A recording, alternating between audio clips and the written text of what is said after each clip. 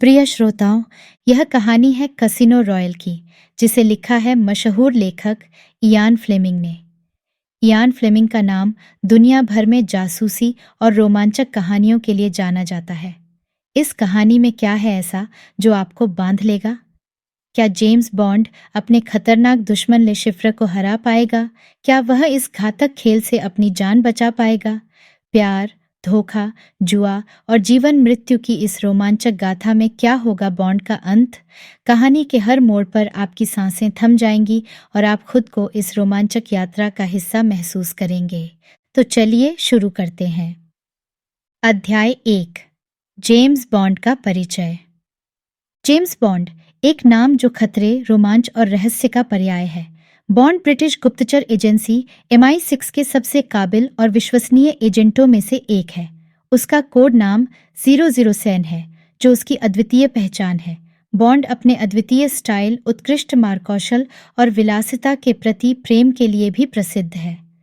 Bond का जीवन जितना रोमांचक है, उतना ही खतरनाक भी। वह हर मिशन में अपनी जान की बाजी लगाता है, लेकिन उसकी कुशलता, चतुराई और साहस उसे हर बार बचा लेती है।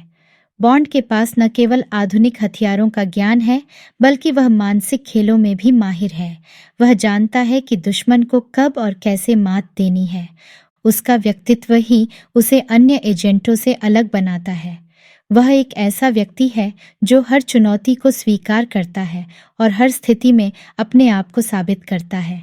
बॉन्ड का जीवन रोमांच और खतरों से भरा है, लेकिन वह हर बार इन खतरों को पार कर विजेता बनकर उभरता है। अध्याय 2। मिशन की ब्रीफिंग।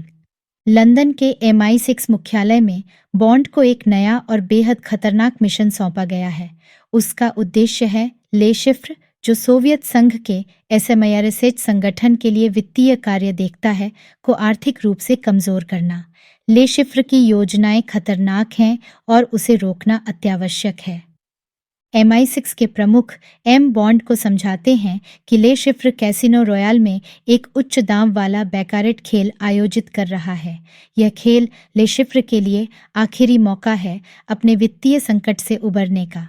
बॉन्ड को इस खेल में भाग लेकर ले शिफ्र को हराना है, ताकि वह दिवालिया हो जाए और SMIRSH की योजनाओं को झटका लगे। बॉन्ड ध्यान से एम की बात सुनता है और मिशन की गहराई को समझता है। उसे पता है कि यह मिशन आसान नहीं होगा, लेकिन वह पूरी तैयारी और आत्मविश्वास के साथ इस चुनौती को स्वीकार करता है। बॉन्ड को इस मिशन में अपने साथी एजेंट्स मैथिस और फेलिक्स लाइटर का सहयोग भी मिलेगा। अध्याय 3। फ्रांस की यात्रा। बॉन्ड अपनी तैयारी पूरी कर फ्रांस के लिए रवाना हो जाता है। कैसीनो रॉयल, जहां यह महत्वपूर्ण खेल होने वाला है, फ्रांस के एक छोटे से शहर में स्थित है। बॉन्ड को वहां पहुंचने के बाद अपने सहयोगियों से मिलना है और मिशन की अंतिम रणनीति पर चर्चा करनी है। फ्रांस पहुंचने पर बॉन्ड होटल में चेक इन करता है और अपने साथी एजेंट्स मैथिस और फेलिक्स लाइटर से मुलाकात करता है। मैथिस फ्रांसीसी गुप्तचर एजेंसी से है और फेलिक्स CIA से। ये दोनों बॉन्ड के मिशन में महत्वपूर्ण भूमिका निभाएंगे और उसकी हर संभव मदद करेंगे। अध्याय 4। मैथिस और फेलिक्स लाइटर से मुलाकात। मैथिस और फेलिक्स लाइटर के साथ बॉन्ड अपने मिशन की रणनीति बनाता है। वे कैसीनो की सुरक्षा, ले शिफ्र की गतिविधियों और बैकारेट खेल की बारीकियों पर चर्चा करते हैं। बॉन्ड के सामने चुनौतियों की कमी नहीं है, लेकिन उसकी काबिलियत और सहयोगियों का समर्थन उसे विश्वास दिलाता है। मैथिस और फेलिक्स के साथ बातचीत करते हुए बॉन्ड को पता चलता है कि ले शिफ्र ने भी अपने चारों ओर कड़ी सुरक्षा व्यवस्था कर रखी है। उसकी हर गतिविधि पर नजर रखना आसान नहीं होगा, लेकिन बॉन्ड को अपनी क्षमताओं पर पूरा भरोसा है। अध्याय 5। उच्च दांव वाले बैकारेट खेल की शुरुआत। कैसीनो रॉयल में उच्च दांव वाला बैकारेट खेल शुरू होता है। बॉन्ड और ले शिफ्र के बीच तनाव स्पष्ट है। दोनों अपनी अपनी रणनीतियों के साथ खेल में उतरते हैं। बॉन्ड को पता है कि यह खेल सिर्फ पैसे का नहीं, बल्कि जान का भी है। खेल की शुरुआत होते ही माहौल में सन्नाटा छा जाता है। सभी की निगाहें बॉन्ड और ले शिफ्र पर टिकी हैं। बॉन्ड अपनी पूरी एकाग्रता के साथ खेल में जुट जाता है। उसकी हर चाल सोच समझकर होती है और वह लेशिफ्र के हर कदम का जवाब देने के लिए तैयार है। अध्याय 6 जानलेवा दबाव और हमले।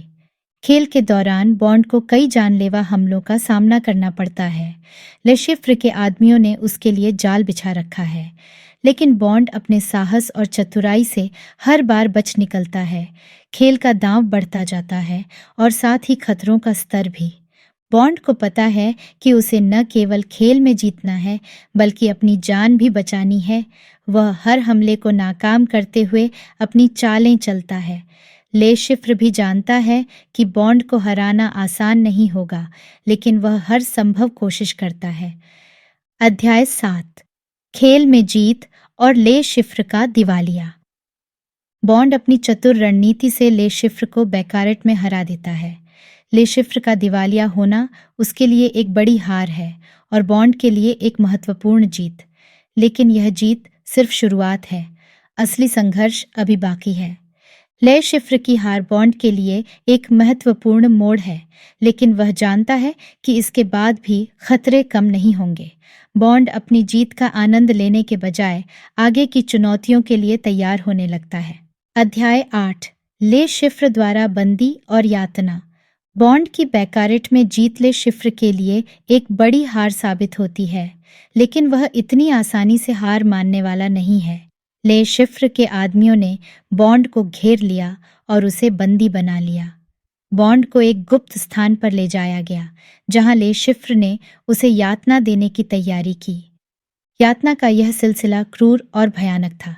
लेशिफ्र ने बॉन्ड को शारीरिक और मानसिक रूप से तोड़ने की हर संभव कोशिश की, लेकिन बॉन्ड ने अपनी हिम्मत और दृढ़ संकल्प बनाए रखा। वह जानता था कि उसकी हर एक जानकारी दुश्मन के हाथ में नहीं जा सकती। अध्याय 9 SMIRSH एजेंट का हस्तक्षेप। बॉन्ड की हालत गंभीर थी, लेकिन उसकी किस्मत ने एक अप्रत्याशित मोड़ लिया। एक SMIRSH एजेंट प्रकट हुआ और उसने लेशिफ्र को मार डाला। यह एजेंट SMIRSH की ओर से भेजा गया था, लेकिन उसके उद्देश्य अलग थे। उसने बॉन्ड की जान बख्श दी और उसे वहां से निकल जाने दिया। बॉन्ड को अब समझ में आ गया कि वेस्पर की भूमिका क्या हो सकती है। उसे वेस्पर के बारे में कई सवाल सताने लगे, लेकिन फिलहाल उसकी प्राथमिकता थी अपनी जान बचाना और अपने मिशन को पूरा करना। अध्याय 10 रोमांस और वेस्पर का रहस्य। बॉन्ड की जान बच गई और वह अब स्वस्थ हो रहा था। इस दौरान वेस्पर के साथ उसका रोमांस भी परवान चढ़ रहा था। वेस्पर के साथ बिताए पल उसे एक नई उम्मीद दे रहे थे। वह उसके प्रति अपनी भावनाओं को गहराई से महसूस कर रहा था, लेकिन वेस्पर का व्यवहार कभी कभी संदिग्ध लगता था। बॉन्ड को उस पर शक होने लगा। वेस्पर की गतिविधियां और उसके रहस्यमयी व्यवहार ने बॉन्ड को सचेत कर दिया। वह जानता था कि कुछ न कुछ छुपा हुआ है, जिसे जानना बेहद जरूरी है। अध्याय 11 वेस्पर का खुलासा। एक दिन बॉन्ड ने वेस्पर को उसके रहस्य उजागर करने के लिए मजबूर किया। वेस्पर ने स्वीकार किया कि वह एक डबल एजेंट है। यह सुनकर बॉन्ड के पैरों तले जमीन खिसक गई। वेस्पर ने बताया कि वह अपने प्रेमी को बचाने के लिए मजबूरी में यह सब कर रही थी। उसे SMIRSH ने ब्लैकमेल किया था। वेस्पर की इस सच्चाई ने बॉन्ड को गहरा आघात पहुंचाया। वह उसके साथ बिताए पलों की सच्चाई पर सवाल उठाने लगा। वेस्पर की यह सच्चाई उसकी भावनाओं के साथ साथ उसके मिशन को भी प्रभावित कर रही थी। अध्याय 12 वेस्पर की आत्महत्या। वेस्पर ने अपनी गलती का पश्चाताप किया और अपने आप को माफ नहीं कर पाई। उसने आत्महत्या कर ली। वेस्पर की मौत ने बॉन्ड को गहरा दुख और आक्रोश दिया। उसकी जान का सबसे बड़ा दुश्मन अब खुद वह बन चुका था। वेस्पर की आत्महत्या ने बॉन्ड के दिल को तोड़ दिया। वह उससे प्यार करने लगा था, लेकिन अब उसे अपनी जिम्मेदारियों के आगे अपने व्यक्तिगत भावनाओं को दरकिनार करना था। अध्याय 13 बॉन्ड का दृढ़ संकल्प। वेस्पर की मौत के बाद बॉन्ड का संकल्प और भी मजबूत हो गया। उसने फैसला किया कि वह अब पहले से कहीं अधिक दृढ़ता और निष्ठा के साथ अपनी जिम्मेदारियों को निभाएगा। बॉन्ड जानता था कि उसका संघर्ष अभी खत्म नहीं हुआ है। उसे अभी कई और चुनौतियों का सामना करना है। उसकी यह यात्रा हमें बताती है कि कैसे एक व्यक्ति अपनी जिम्मेदारियों को निभाने के लिए अपने व्यक्तिगत दुखों को पीछे छोड़ सकता है। जेम्स बॉन्ड की यह यात्रा हमें न केवल रोमांचक कहानी सुनाती है, बल्कि जीवन के कई महत्वपूर्ण पाठ भी सिखाती है। कैसिनो रॉयल की यह कहानी हमें बताती है कि कैसे एक व्यक्ति अपनी जिम्मेदारियों को निभाने के लिए अपने व्यक्तिगत दुखों को पीछे छोड़ सकता है।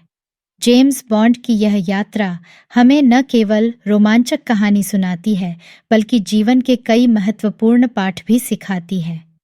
आशा करते हैं कि यह कहानी आपको बहुत पसंद आई होगी। ऐसी और कहानियाँ सुनने के लिए जुड़े रहिए हमारे चैनल स्टोरी यूनिवर्स के साथ। धन्यवाद।